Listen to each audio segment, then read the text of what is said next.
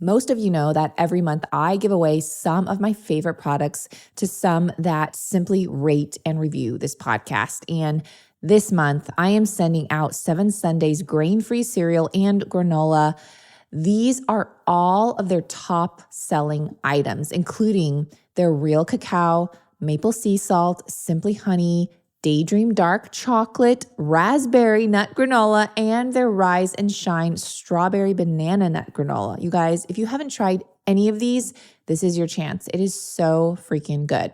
Just give this podcast a 5-star rating and review, and every last episode of each month is where I will be announcing the winner. So don't miss those episodes because you may miss me announcing that you are the winner. Good luck. And what happens when we start counting calories, and this is why I think it's harmful to women, we restrict, we get a temporary result. And then when we are worn down by deprivation, we start to go back to our old habits and we gain weight, and then we turn on ourselves. We can't follow this golden rule of calorie restriction, so it must be our fault. Can fasting help or harm a woman? And is time-restricted eating the same as fasting, or is it different? These topics are quite controversial, and we discuss it all in today's interview with Mindy Pelz, author of Fast Like a Girl and her newest book, Eat Like a Girl. And if you are trying to conceive, have a period, or trying to get it back and regulate your hormones, fasting could be the key to unlocking your goals. And Mindy talks all about the right way to fast because women should not be fasting like men. So we dive into how to do it the right way and what foods to eat during what time of the month. And if you are postmenopausal or in perimenopause, we talk about how fasting can also help in those stages of life and the benefits fasting can do for overall gut health, IBS, candida, SIBO, leaky gut, metabolic disorders, neurodegenerative diseases, and even diabetes, which I think is a common misconception with those with type 1 and type 2. We also discuss if teenagers should be fasting and at what age should a woman begin to fast for their health. Fasting is not only the hot topic of today's interview, but also the way we break it, and our first meal coming off of a fast is just as important. And the first meal is not a one-size-fits-all for everyone. So Mindy breaks it down and shares about the different foods we should be consuming, seed cycling, and so much more. You're listening to the Digest This podcast, and I'm your host, Bethany Cameron. Let's get right into the show. Thank you so much, Mindy, for coming on today. I feel like it's been over a year since I've been waiting to interview you, and here you are. Oh, thank you. I'm excited to be here. All right, so before we get into the nitty-gritty, I like to start my podcasts with rapid-fire yes or no questions. Ooh. And you can only answer yes or no. Oh, God. Are you ready? Okay, yeah, I'm ready. Okay, first question. Should women fast? Yes. Can fasting help regulate your hormones? Yes. Can not fasting harm your gut health? Yes.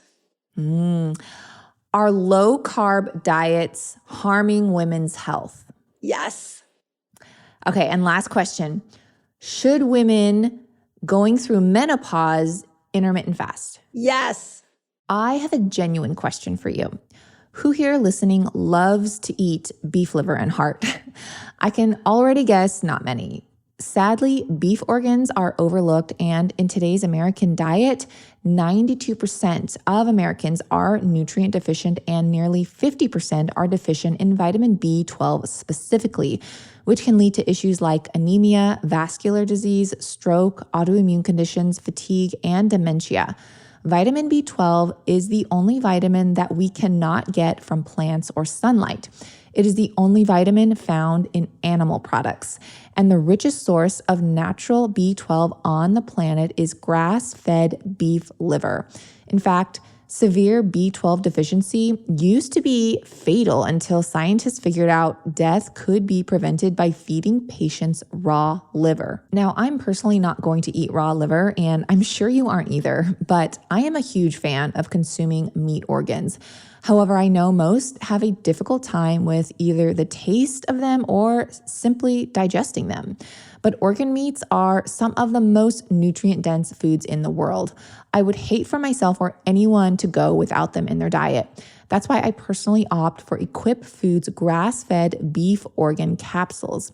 It's a blend of grass-fed heart, kidney, and spleen that's dehydrated and put into a capsule form to easily be consumed with any meal or just a simple glass of water. Just 3 ingredients and absolutely no fillers, no flow agents, and no additional ingredients are added. Equip Foods also has liver capsules if you're particularly interested in upping your iron. Grass-fed organs are super rich in vitamin A, of course, vitamin B12, coenzyme Q10, heme iron, and selenium. These nutrients provide a multitude of benefits to immunity and vitality. If you're not sure about them, Equip Foods has a 30-day, 100% money-back guarantee. So if you aren't thrilled with your order, just let them know and they'll refund you without any questions asked. You really have nothing to lose and all the health to gain. Just go to equipfoods.com/digest and use code DIGEST to get 20% off. That's awesome, you guys. So you're going to try this for 20% off. And then if you don't like it, return it and get 100% of your money back. So you honestly have nothing to lose. Again, just go to equipfoods.com/digest and use code DIGEST. So I recently started seeing this new functional practitioner who is very well renowned, and she asked me to list all the supplements I was taking, and I mentioned I was taking Fatty 15. I was like, okay, I'm going to have to explain to her what Fatty 15 even is. But to my surprise, she knew right away what it was and was like, oh, good, keep taking that. And that just made me feel so good and affirmed my own research and decision as to what I was putting into my body, knowing that it was the best. I love sharing my personal stories when it comes to products I've been taking. And if you've been a listener for a while and follow me on Instagram, then you know how much I rave about Fatty 15. The fatty acid known as C15 is the first essential fatty acid to be discovered in 90 years. And the best part is that it is 100% vegan. Fatty 15 is delivering the world's first pure science-backed C15 supplement and has 3 times the healthy aging cell benefits of omega-3 or fish oil. That is crazy, you guys. This fatty acid is derived from plants using a patented oxidation-resistant technology, resulting in a pure form of C15. It's vegan and contains no flavors, fillers, allergens, or preservatives. C15 is the only ingredient in Fatty 15, which I absolutely love that this company doesn't add anything else. It's 100% pure.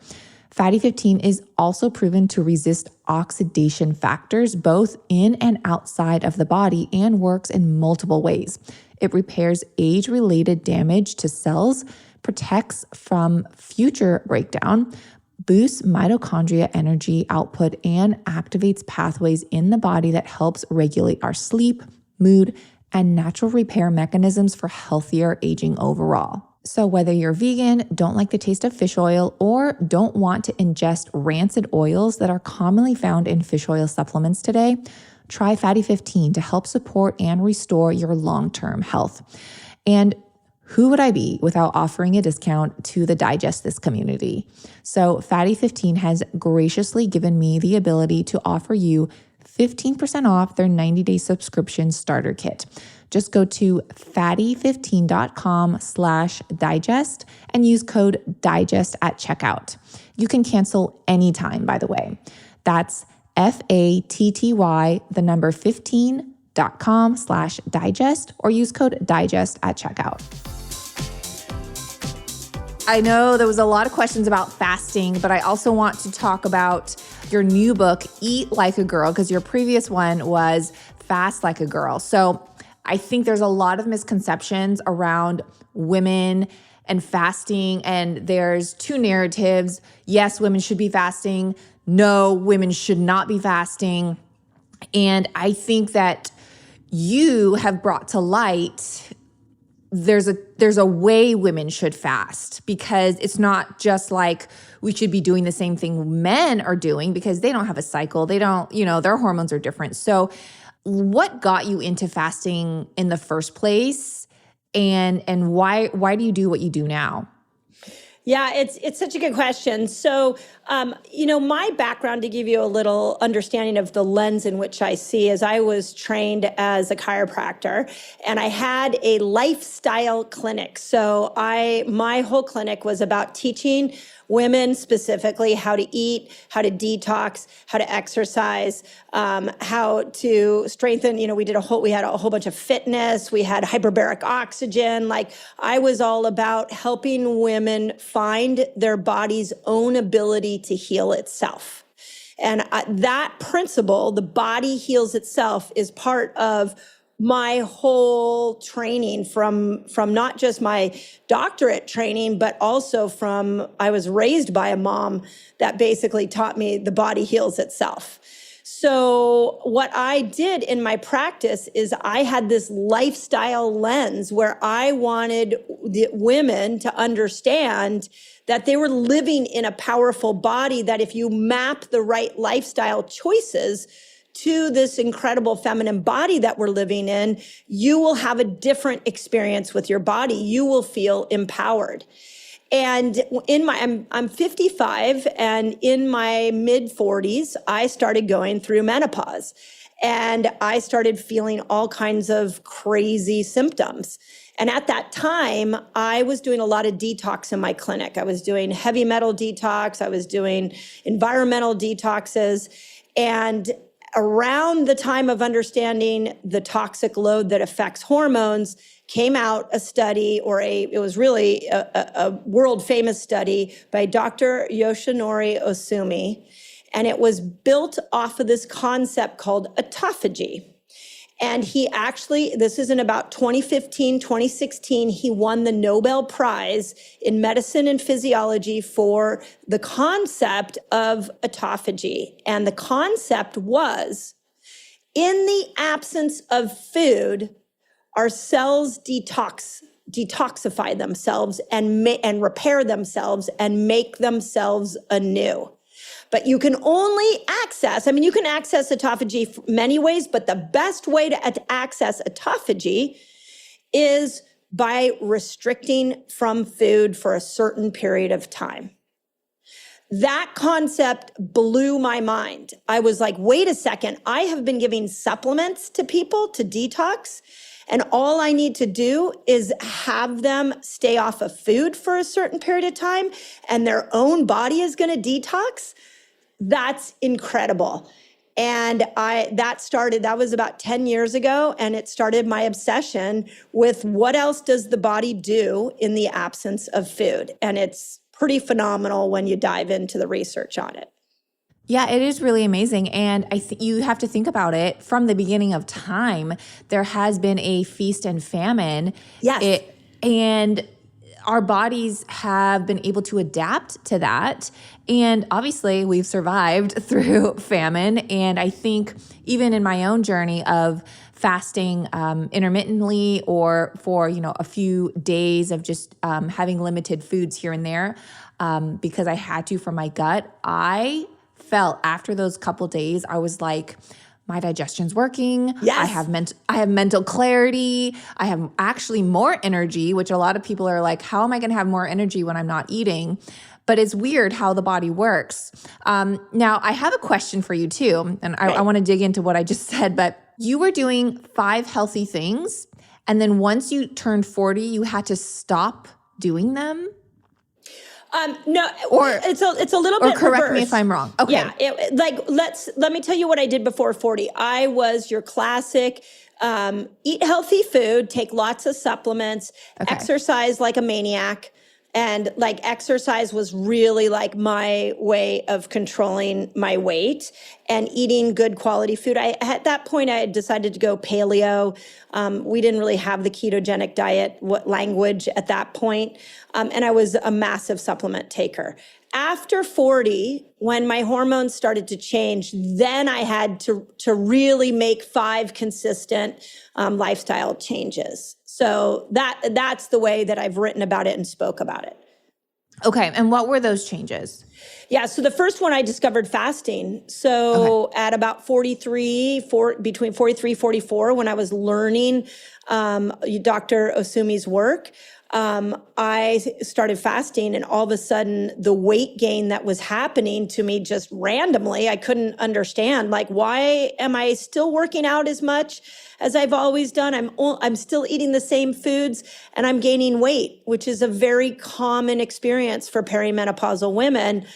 I started fasting and all of a sudden dropped the weight, and that blew my mind. Did you change what you were eating, or you just started to fast? No, I actually started eating more. So this was the crazy thing. I started eating more, exercising less, tacking on a fasting window every single day to my life, and I dropped weight.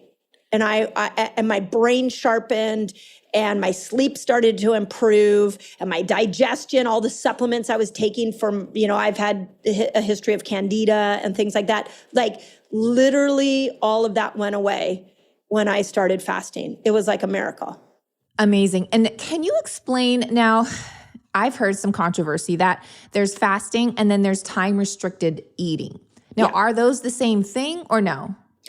So the first thing is, they are, in my view, they are the same. Fasting and time-restricted eating are absolutely the same when I'm teaching it.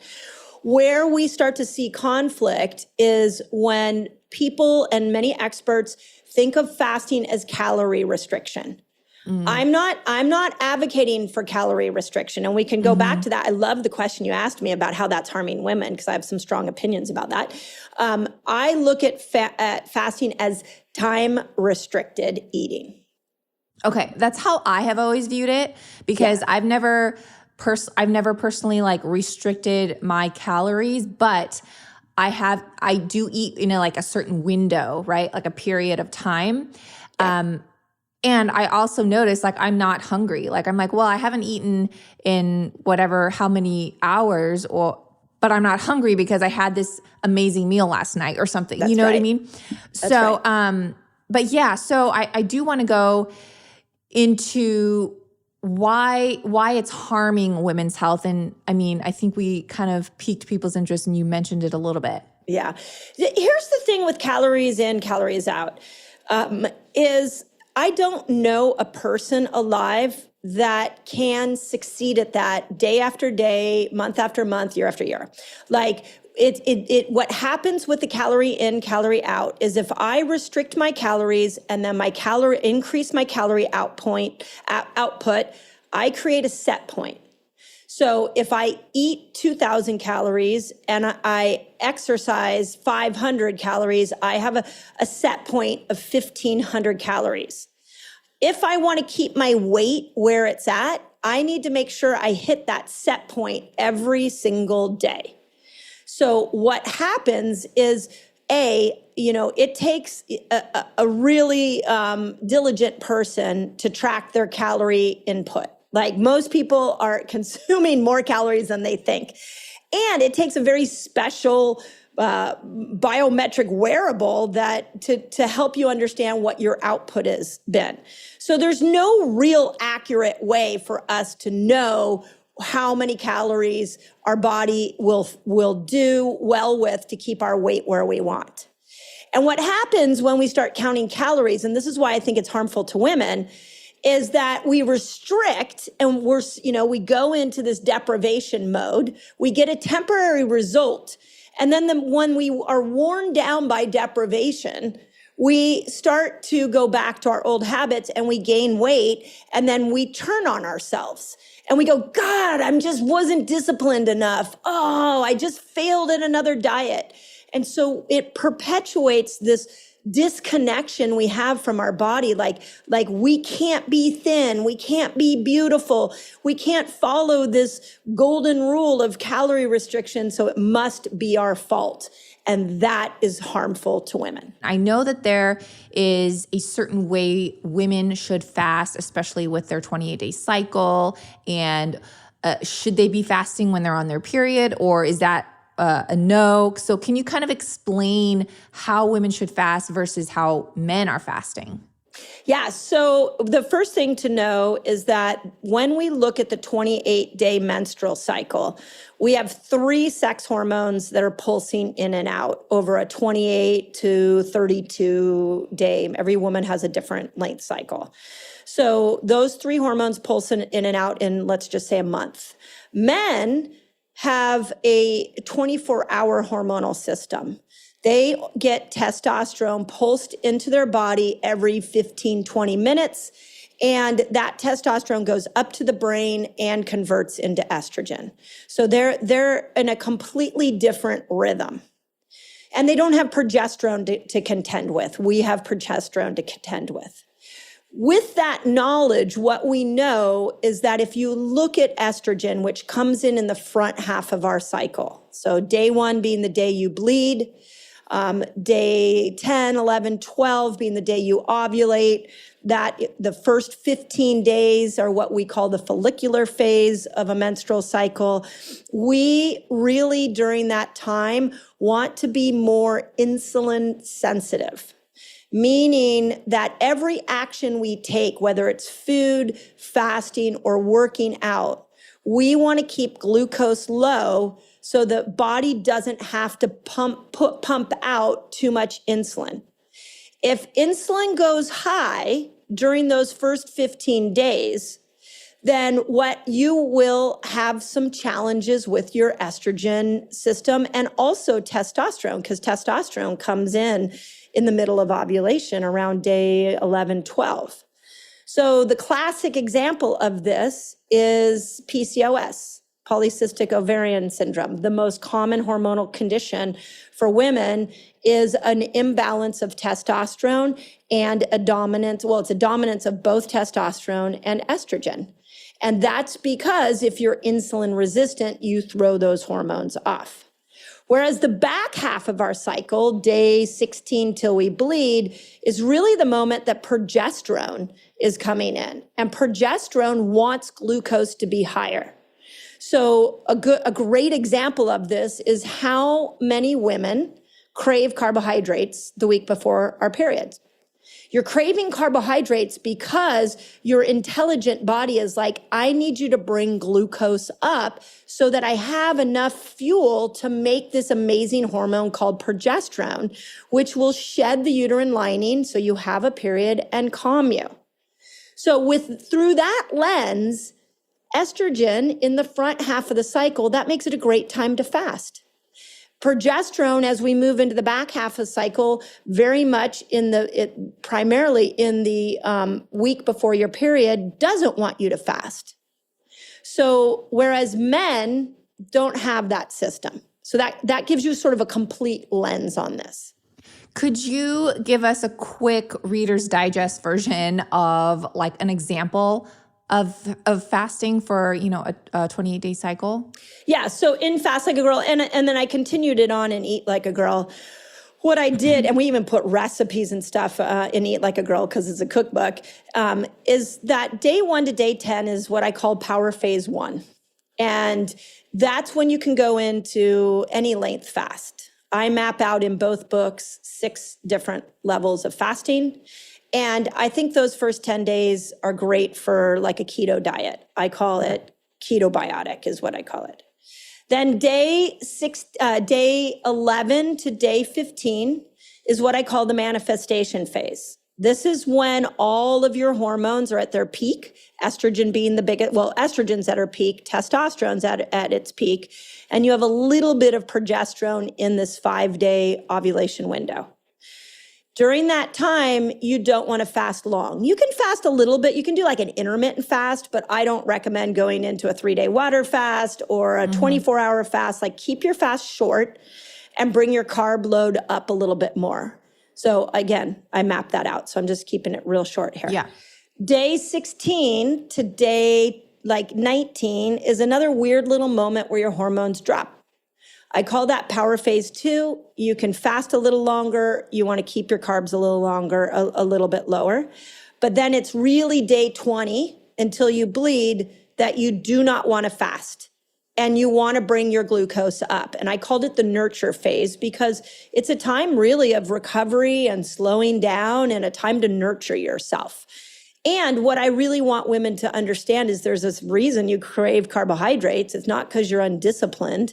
It's because that week before your period is meant to be a recovery time. It's meant to nourish yourself with food. It would not be a good time for fasting.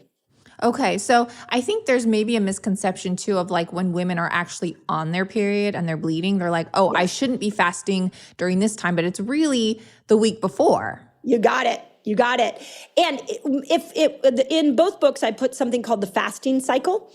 And what I started to notice in my clinic was that when women say, I'm exhausted my period has come, I'm moody, I'm so hungry, I'm really irritable, once their menstrual cycle has started, that's because they didn't take care of themselves the week before.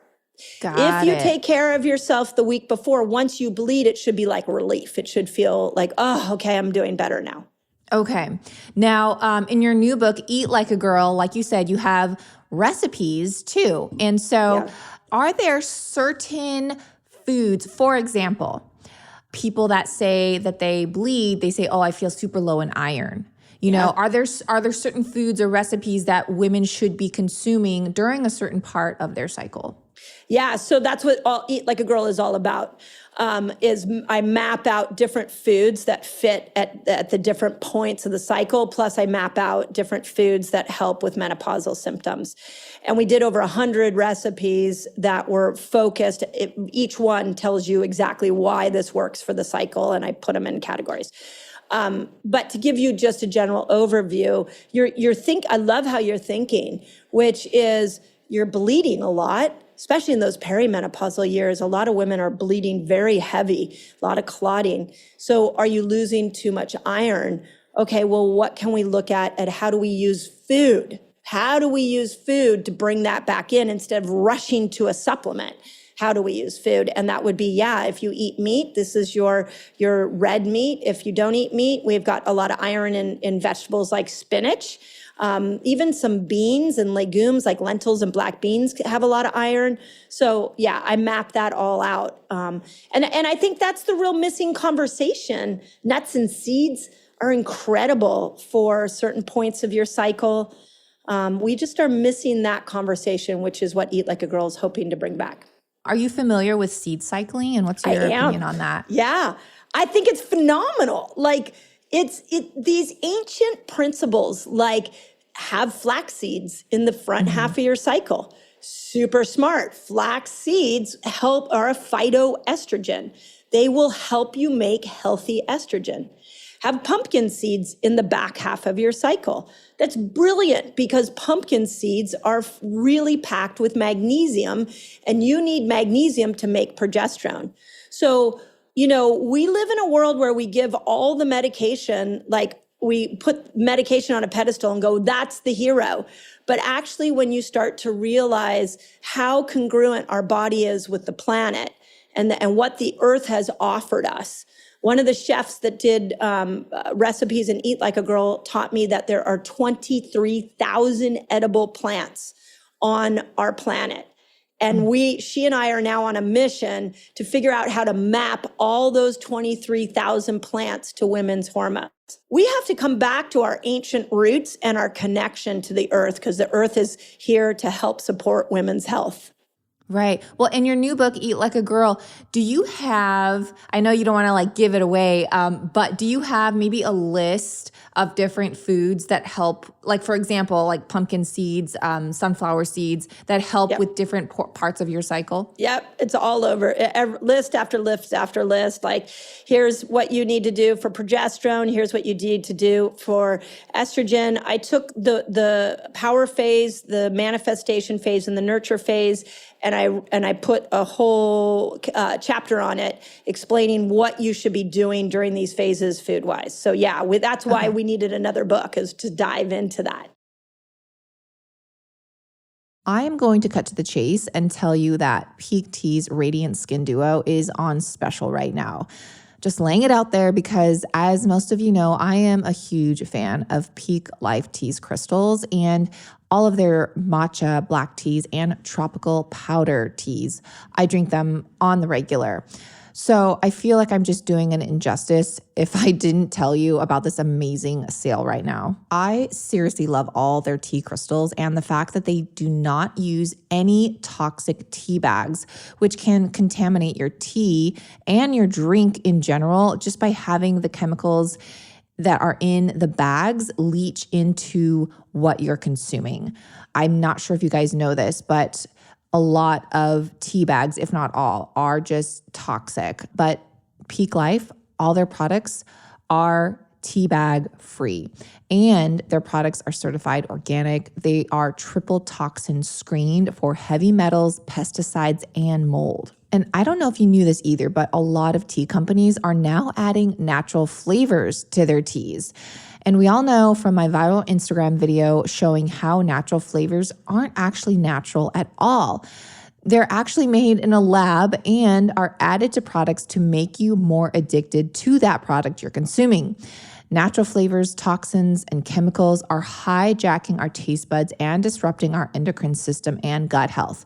So again, that's why I love Peak Tea, because they don't use any of that, and they do rigorous testing to make sure all their teas are free from toxins and mold. And if you're looking for a coffee alternative, Peak has a blend called Chaga Energy Elixir, which is 100% caffeine free, yet still gives you energy without the jitters and can even provide a calmness at the same time.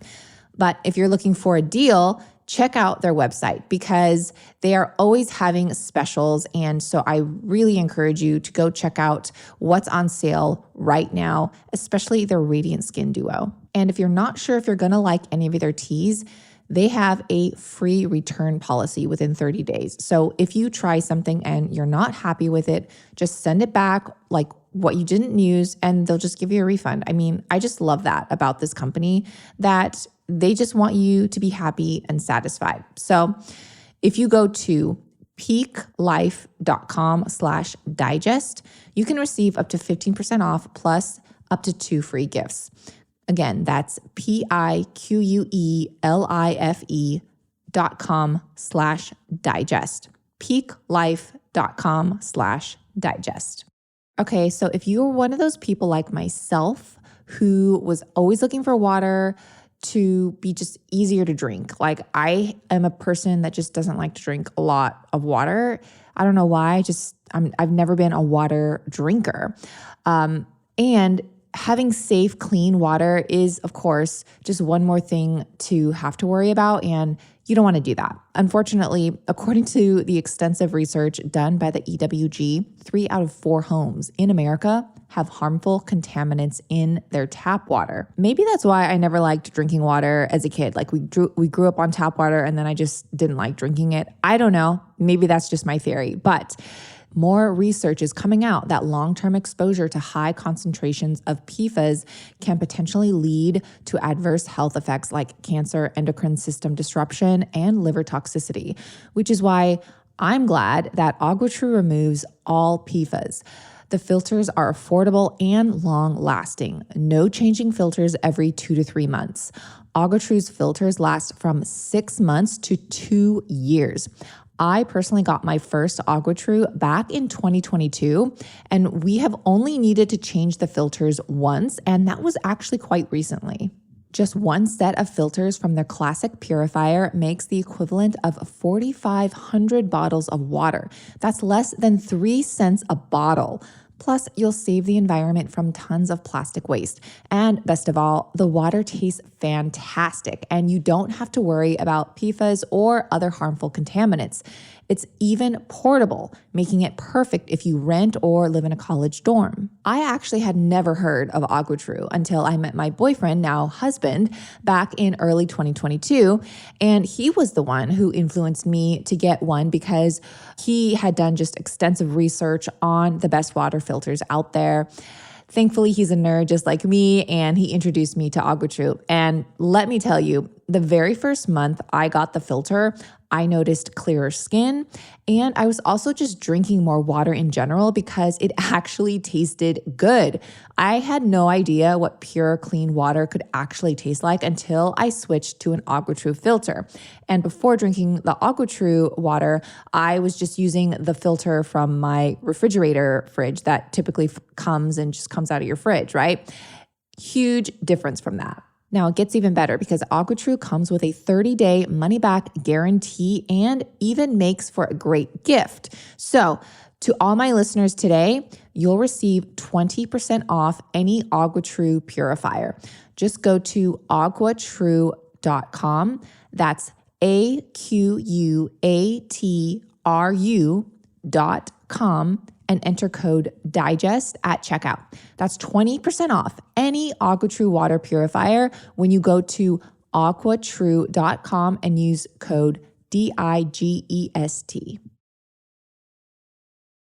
Well, okay, and maybe this is a silly question, but I love pumpkin seeds. Is there a disadvantage to eating pumpkin seeds every day for 30 days? Or is there like a period where I shouldn't eat them, No.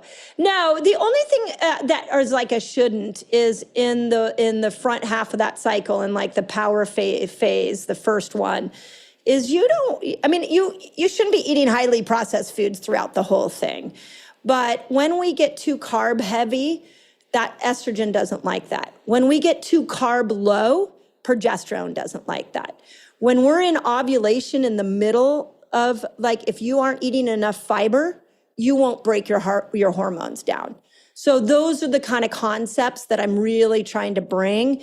But like something as wonderful as a pumpkin seed or a pumpkin, you're not going to hurt yourself by having it at a different part of the cycle. Okay, yeah. Well, that was just an interesting question. Now, at the beginning of the podcast, I had asked you in the rapid fire yes or no questions, I had asked you if low carb diets were harming women's health, and you said yes. However, you did mention going keto at a certain time. So can you Can you dissect that? Well, you only gave me one answer. Okay, you only all right, gave me two things to say, so this is really good. Here's your chance. Yeah, okay, thank you. So yes, low carb diets are harming you when you do them the week before your period. Okay. The biggest thing that I saw with Fast Like a Girl is the number of 20 and 30-year-olds that don't have a cycle. And the large reason for that is because either they're on, some kind of birth control that's manipulated it, or they're in so much restriction of food, restriction of calories, restriction of carbs. Progesterone needs nutrients. It needs glucose in order to be made, just like a recipe. So what happened with low carb diets is that when we did it all cycle long, we destroyed our menstrual cycle, and many women started spotting. A lot of women lost their cycles. So that's the little asterisk. Other times the cycle, it's amazing for women, for postmenopausal women and women that are even in the perimenopausal years. Low carb, amazing. And I put a whole chapter in the book on that. Okay, so basically going low carb for 3 weeks is great, but then the week before your period, you should up them. Mm-hmm. Is that safe to say? That's the simplest way to say it. There's some nuance. Like ovulation, you really need to lean into fruits and vegetables because what breaks down your hormones is your microbiome. So during ovulation, when we have this real spike of all these hormones, we want to be leaning into more fibery foods. And I fear everybody's interpretation of low carb is different. Mm-hmm. And so I created something I call ketobiotic, which is you're just getting off the breads, the cakes, the pastas, the cookies, but you're still eating what nature provided. And so that's, again, a nuance, but it's in the book. Yeah, and I feel like you're definitely right because there's keto, which is super almost zero carbs. And then there's just low carb, which I personally tend to follow because I still eat fruits. I still eat, squashes and things like that. It's not necessarily the breads and the pastas, right? But there's good carbs in there still. Now, I also asked you at the beginning, can fasting help regulate your hormones? And I feel like we've really talked about that, but I want to dig into it a little bit deeper. How can it regulate your hormones? So this is another misunderstanding. And in Fast Like a Girl, I introduced a concept called the fasting cycle. And it was, here are the different length fasts that you can do at different points of your cycle. In Eat Like a Girl, then I went into how do we pair foods with these different things, much of what we're talking about right now. When I first developed the fasting cycle, I literally had like a whiteboard in my office, and I was doing all this research on what women need at different points of the cycle. And I took several of my patients and I put them into two groups. I put them into three groups. I took a group of women that were struggling with infertility. I took a group of women that were really perimenopausal and were struggling with just hormonal imbalance. And I took a group of women that had really high metabolic numbers, like their hemoglobin A1C was really high. And I said, insulin is a hormone. So I said, let's try cycling our fasts, where you're going to go more fast, less fast, high carb, low carb, and we're going to do it according to your menstrual cycle. What shocked me was the women that were struggling with fertility for years, and they all, by the way, had a high BMI. They were all carried a little extra weight. I had told them, let's try this for 90 days. There were 5 of them in the group. Within 30 days, they got pregnant. Yeah. What? When I put Fast Like a Girl out, I have a whole infertility protocol in there. And then when I was out doing podcast interviews, I was like, report back. Oh my God, emails, Amazon reviews. Like, people have been like, yes, this actually helped me conceive a baby. Unbelievable. Okay. So I want to kind of dissect this a little bit more. So what do you think was the main cause of, not cause, but helps them get pregnant, right? Because you said that they had a high BMI. Yeah. Do you think so that were metabolic? Yeah. So do you think that fasting helped them lose weight, and then the weight loss helped them get pregnant? Or it was 30 days. It was 30 days. I think what it did is we got them insulin sensitive. So we started to move them towards keeping their glucose down so their body didn't have to produce as much insulin in the front part of the cycle. We had them at ovulation. Once they made enough estrogen, I taught them how to eat and bring the fast down so they can break that estrogen down. And then you need enough progesterone to be able to make a fertilized egg actually stick to the uterine wall and actually grow from there. And so then I taught them how to stop fasting after ovulation. In that case, there's a whole protocol in the book. From there, then they were just congruent with the flow of their hormones. And before that, they weren't congruent with the flow of their hormones. Wow. Okay. So for those that are not having a period, maybe they are now, in menopause or past menopause, should they be following that fasting cycle, or should they be fasting differently? Yeah. So in Eat Like a Girl, I have a whole chapter called What If You Have No Cycle? And when we talk about no cycle, there's a lot of different variations. So I'm going to assume you're talking about the postmenopausal woman. Is that Correct. what you're? Yeah. I'm not talking about people in their 20s that don't have a cycle. Yeah. Perfect. Okay. So something to know for the postmenopausal women is that as you lose estrogen, you become more insulin resistant.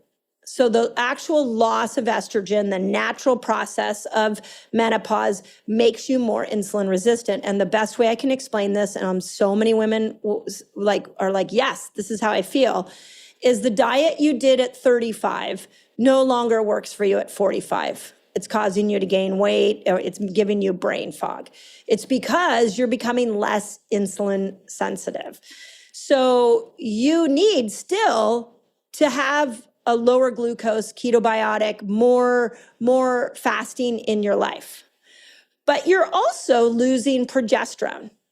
And so progesterone doesn't want you to fast all the time.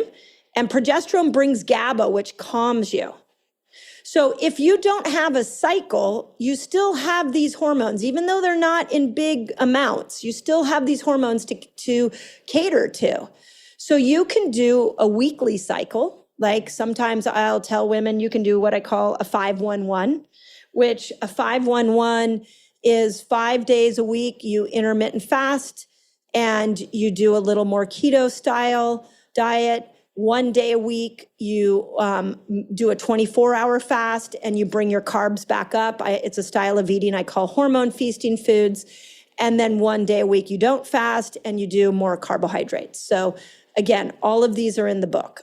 So you can do weekly, or you can do what a lot of women is actually map it to the moon.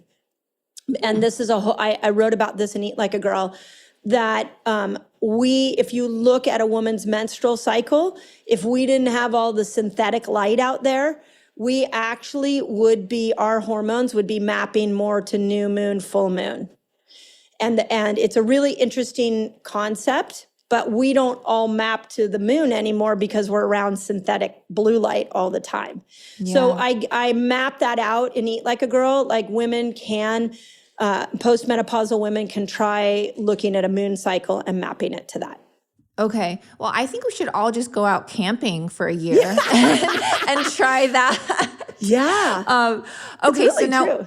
We've talked about people, postmenopausal. Now I want to go on the other end of the spectrum. Let's talk about those that are in their 20s, in their 30s, and also, when should women start to fast in their life, right? Because I'm thinking, well, a 16-year-old, they probably shouldn't do fasting. They're still growing. Yeah. You know what I mean? Like when is the age where they're like, okay, I should start dabbling into this? Thank you for asking me this question, because I got what I call the mama bears. So many mama bears came and asked me, can I get my teenager? She's suffering, she's got skin conditions, or her periods are really bad, or she's gaining weight. Can I get her to fast? So my first rule, technically it's safe. Once a woman starts to get her menstrual cycle, it would be safe to start to do what I'm teaching here and in both books, where they cycle fasting and eating. But we have a huge eating disorder challenge right now in our culture. So my number one golden rule for teenagers is they have to ask you. They have to come and ask you.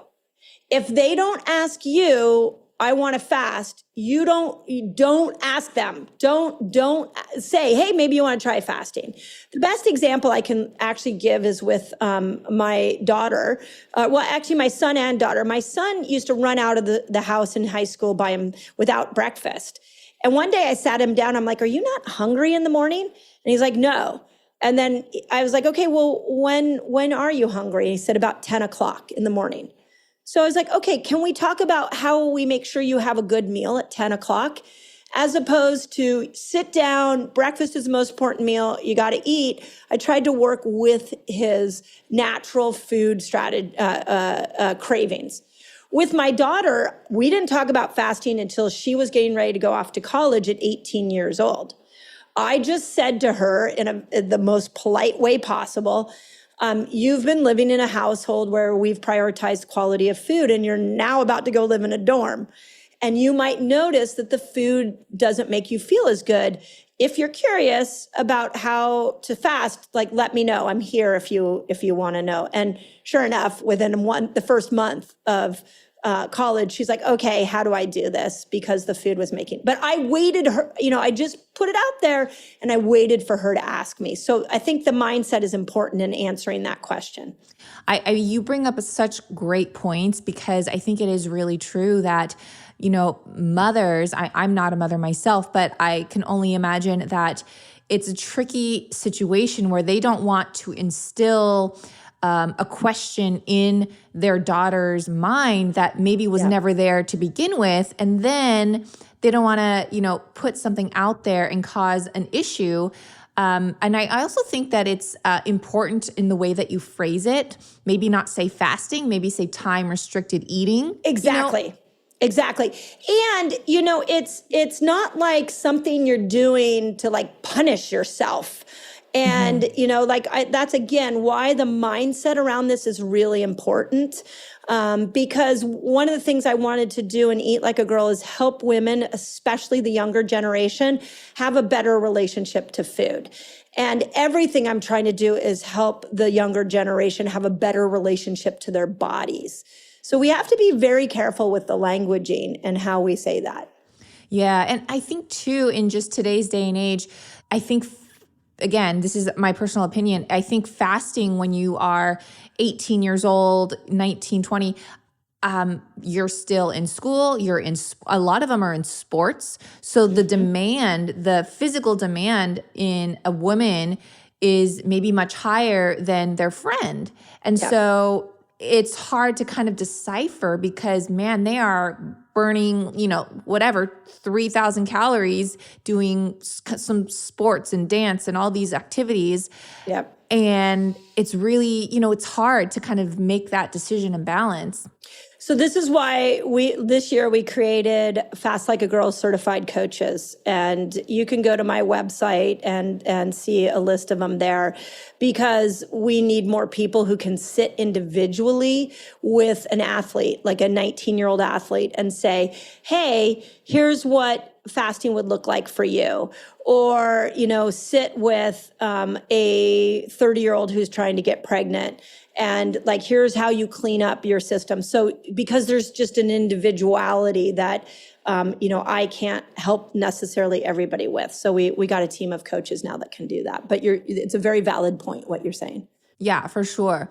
And here's a question, should there be people that shouldn't fast at all for example, diabetics or, obviously like a pregnant woman, I don't think should be fasting, or do you have opinions on that? Yeah. So the absolute no's are pregnancy. Absolutely not. Like, not your time. And nursing women, not more than 17 hours, because at 17 hours, you hit this autophagy that we talked about in the beginning, and the cells start to detox, and any chemical will go into your breast milk, and you'll start, passing that on to your child. So that is not good. Let's just have some modifications there. Eating disorders, extreme eating disorders. You really need to involve your therapist or whoever is monitoring your eating disorders, because I've seen it work really well for women who have eating disorders. But those are women that I've coached and walked side by side with. You can't just jump in and start fasting if you have eating disorders. Work with your healthcare professional. And then the interesting one is not diabetes. It's fascinating. In fact, one of the best research articles out there on fasting was put out by the New England Journal of Medicine. And it was a meta-analysis where they looked at all the fasting studies, and they came out and they said that there are 5 different conditions that fasting should be the first line of treatment for these conditions. And one of them was diabetes. Oh, wow. Yeah. So, but again, both type 1 and type 2. But again, you need to work with your professional, because you're going to have to bring your insulin levels down, is what we have seen over and over and over again. All right. Well, what were the 5 different conditions? Can you give us? It was diabetes. It was neurodegenerative conditions like Alzheimer's and dementia. Okay. It was any metabolic syndrome. So, beyond diabetes, it was like metabolic syndrome, wound healing, skin healing for post-surgery. Like yeah. Oh, okay. No, like wound healing, like after a surgery. Okay. Post-surgical healing. And then certain cancers. Okay. Not all of them. And they listed them all out. What about people with IBS? Oh, this was the biggest thing I wanted to bring to the world with Eat Like a Girl. Okay. The research on fasting and any gut, IBS, candida, SIBO, leaky gut, all of those. The research shows that when you go into a fasted state, your intelligent body decides that what it needs to do is get rid of the bad bacteria, take the good bacteria, it's something called microbial geographical relocation, and like spread those good bacteria out. And start to create a more favorable environment inside the gut. So when food comes, it's ready to do what it's supposed to do for food. So it reorganizes the whole gut. The 24-hour fast is the best. The study came out of MIT that showed that when you fast for 24 hours, you start to make stem cells in your gut that go in and repair the damage inside the gut. Okay. But let me just say one thing, because this is a huge misconception with fasting, is that it's the fast that's repairing the gut, but it's what you eat in that first meal. In Eat Like a Girl, I have a chapter called The First Meal Matters. It matters. If you are doing polyphenol, probiotic, prebiotic foods in that first meal, now you start to grow a healthy gut. So fasting by itself is not the absolute solution. You have to pair it with a good break fast meal. Okay. Yeah. I think that's a really good topic and thing to point out, is because breaking the fast, I've heard different narratives that people like in the Middle East, for example, they'll break their fast with dates. Yeah. And I love your opinion on that. And then some people will break their fast with eggs, and so it's just a different, it's interesting how other people have different narratives, and I guess it works for them, but what's your take? Well, you want to be strategic. This is why Eat Like a Girl, that whole chapter is like, what should you be looking? And in general, I feel like you should think about three things in that break fast meal. Do you want to build muscle? If you want to build muscle, then you need to make sure there's enough protein, and I dive into that. Do you want to repair your microbiome? If you want to repair your microbiome, that first meal needs to have probiotic, prebiotic, and polyphenol foods in it. Or do you just want to stop hunger so you don't boomerang back into all your old food habits? Then that first meal needs to have fat, some good fat in it. And so I map that all out. So like the date, like that makes me really nervous unless you're going to wrap that date with some bacon around it. Right. Yeah. Some almond butter or something, because it's just like a sugar bomb. Oh, it's just a sugar bomb. I know. And that's what was interesting to me. I was like, man, I typically, if I'm, doing like a fast or something, I would eat like an avocado or some Greek yogurt or something like that. Yeah. But now going kind of back to the IBS and fasting for your gut health, I have heard that your gut lining, it takes, I think, 48 hours to renew and restore a new gut lining. And correct me if I'm wrong, but it was like 2 days after fasting and your body has a new gut lining if you fast. So I don't know about gut lining repair that quick, but what I have heard, and I want to come back to how you repair that gut lining in a moment, but what I have heard is it takes about 3 days for the whole gut to repair itself. So there was a really famous study that I love, and it was just an N of one, or is really a story, and it was a journalist that went from the UK. He did a sample of his microbiome, a stool sample, and then he went and lived with a tribe in Africa for 3 days, and he ate like porcupine and all the food that they were eating, and like lived off the ground. Like he was not in a comfy home. He was like had exposed to dirt and basically lived exactly the way they lived. And then he flew back to the UK, and he took another stool sample. And that time lapse was three days, and he had a completely different microbiome from that experience. Wow, I'm still fascinated that he ate porcupine. That's new to me. Yeah. But on the gut lining, here's a really good tip for people who want to heal their gut lining is break your fast with bone broth, because it has glycine in it. So I have in Eat Like a Girl, I have a whole bunch on glycine. I'm geeked out on glycine because it's a really good way to repair that gut lining. Okay. Yeah. I mean, I love that you offer not just tips and different foods, to help with your cycle, but you also offer recipes. Yeah. And you were showing me before we started recording that, I mean, these recipes look amazing. You have stews, you have all these different things, and they don't look hard at all. They don't look like they're like, you don't have to be a chef to do them. So I love that. Yeah, no, I had fun with that part because I hired 2 professional chefs. One is a plant-based chef. She's a master chef with the Four Seasons Resorts. Her name is Chef Leslie. And then one is a traditional omnivore chef who trained under Jose Andres and learned how to cook meat and rubs in Spain. And they made some easy to make, yummy recipes because I just want women to have, but people in general, but women to have a really healthy relationship with food. Like, we shouldn't be depriving ourselves of food. Food is really important for hormonal health, regardless of your age. So yeah, I'm pretty excited about that. That's amazing. Now, in the recipes, are there vegan recipes? Are they all meat-based? Like, what? No. Give us the details. Yeah, so Chef Leslie's a plant-based chef. Okay. So everything, and we marked on there who did what recipes. So all of her recipes are vegan. Okay. And Chef Jeff has meat plus some other recipes. And we marked his. And then in the back of the book, I have a 30-day reset that people can do.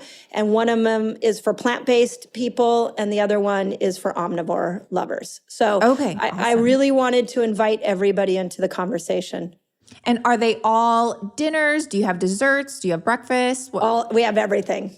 Okay. Like, one of my favorite recipes in there that Chef Leslie did was a chickpea omelet. Oh, is it with chickpea flour or? Yeah, it has a little bit of like chickpea flour and it's a really yummy one. What's a good dessert recipe?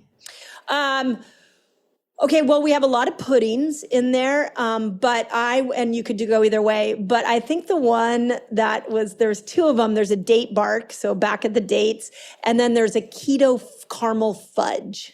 Oh, shoot.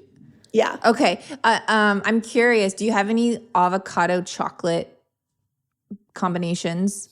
I'd have to go back and look. Okay. So I can't say since I didn't do all the recipes. I tried. It's funny, before launching this book, I'm like, I need to make all the recipes, but they're really the art of Chef Leslie and Chef Jeff. Well, I'm still waiting to get mine in the mail, so I can't wait to dive in. Now, where can people find your book? Because this podcast is coming out, I believe, the day after it launches. So it will be out by the time people are listening. So where can they find it? Yeah, so you can go to eatlikeagirlcookbook.com and you can find some bonuses and fun things there. I'll tell you, my real rally cry is, if you have an independent bookstore, ask them to order it. Like, we need to keep the indies alive, or you can go to bookshop.org and have them. That's a fast path to find your independent bookstore.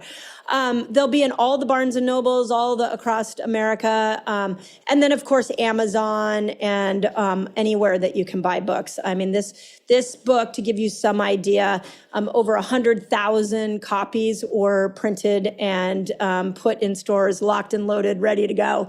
So wow. So the Congratulations. world is waiting this. Yeah, thank you. Yeah, so all right, so you Eat Like a Girl, that's your newest book. And then you have your previous book, which is Fast Like a Girl.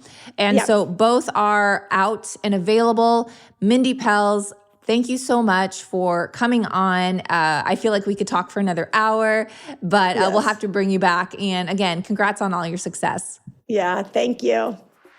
Thanks for listening to this episode of Digest This. If you enjoyed this episode, please leave a review in your podcast app to let us know. If you're ever wondering how you can support me and this podcast, sharing it with your friends and family is the best way. This is a Resonant Media production produced by Drake Peterson and edited by Mike Fry. To email the show, message us at digestthispod@gmail.com. See you next time. The content of this show is for educational and informational purposes only. It is not a substitute for individual medical and mental health advice and does not constitute a provider-patient relationship. As always, talk to your doctor or health team first.